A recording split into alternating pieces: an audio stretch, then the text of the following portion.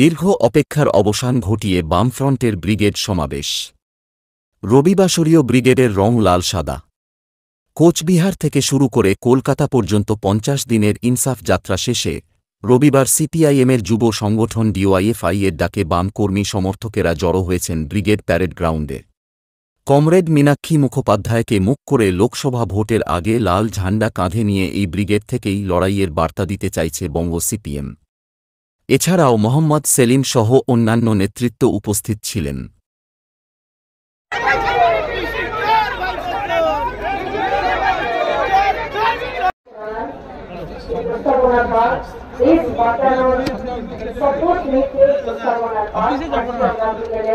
ময়দান থেকে গোটা রাজ্যের মানুষের কাছে, গোটা দেশের মানুষের কাছে আমরা গ্রহণ করব শপথ।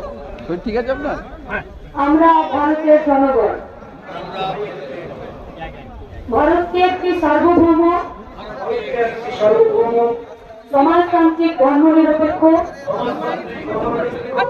গণতান্ত্রিক সাধারণতন্ত্র রূপে গড়ে তুলতে চায় এবং তার সকল নাগরিক যাতে সামাজিক, অর্থনৈতিক ও রাজনৈতিক ন্যায় বিচার,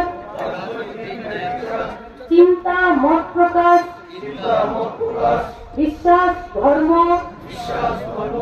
এবং উপাসনার স্বাধীনতা,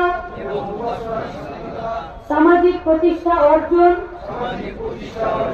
ও সুযোগের সমতা প্রতিষ্ঠা এবং তাদের সকলের মধ্যে ব্যক্তির মর্যাদা এবং জাতীয় ঐক্য ও সংহতি সুনিশ্চিতকরণের মাধ্যমে তাদের মধ্যে যাতে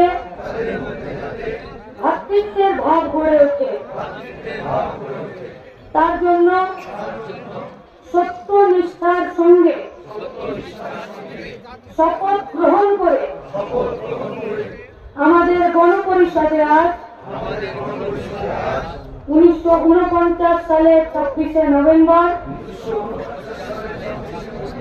এত দ্বারা এই সংবিধান গ্রহণ বিধিবদ্ধ ও নিজেদের অর্পণ করছি।